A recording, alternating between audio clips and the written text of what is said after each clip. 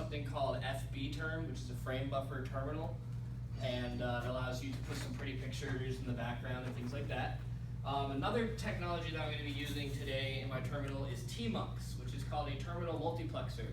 Terminal multiplexers are awesome because what they allow you to do is they allow you to take a session to your terminal output and disconnect from it. So when you get into some kind of more advanced Linux networking and Linux usage, you start to use something called SSH, which is called a secure shell. So is everybody here familiar with what a shell is in the Linux system? Sure. SH.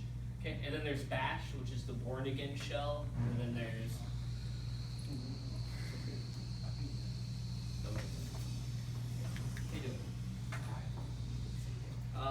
so then there's KS. I use ZSH, which is Z shell. That's just my personal preference. I think it's pretty. So a lot of times when you do things on remote servers through SSH, you'll run a process that could take 3 or 4 hours. But let's say, so SSH is just a protocol. That protocol has something that's similar to a heartbeat.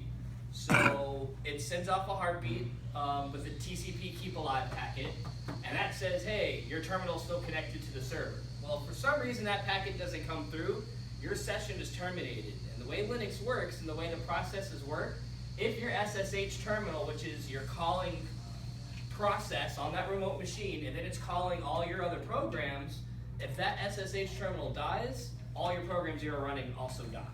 You lose all logging, you lose all ability to know what you were doing. So you can use TMUX, which is a terminal multiplexer, in order to kind of put multiple terminals inside. So some commands when you're looking at things like terminals is who, and you can see that there's 2 connections to my Pi. There's one from TTY1, which is wherever plugged in, and then there's a pseudo terminal, and you can see that it's TMX418, which I bet you that's the process ID of the TMUX.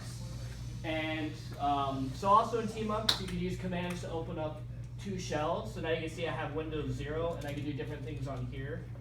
If I wanted to run top, and then I could jump back to the other one. And then if I wanted to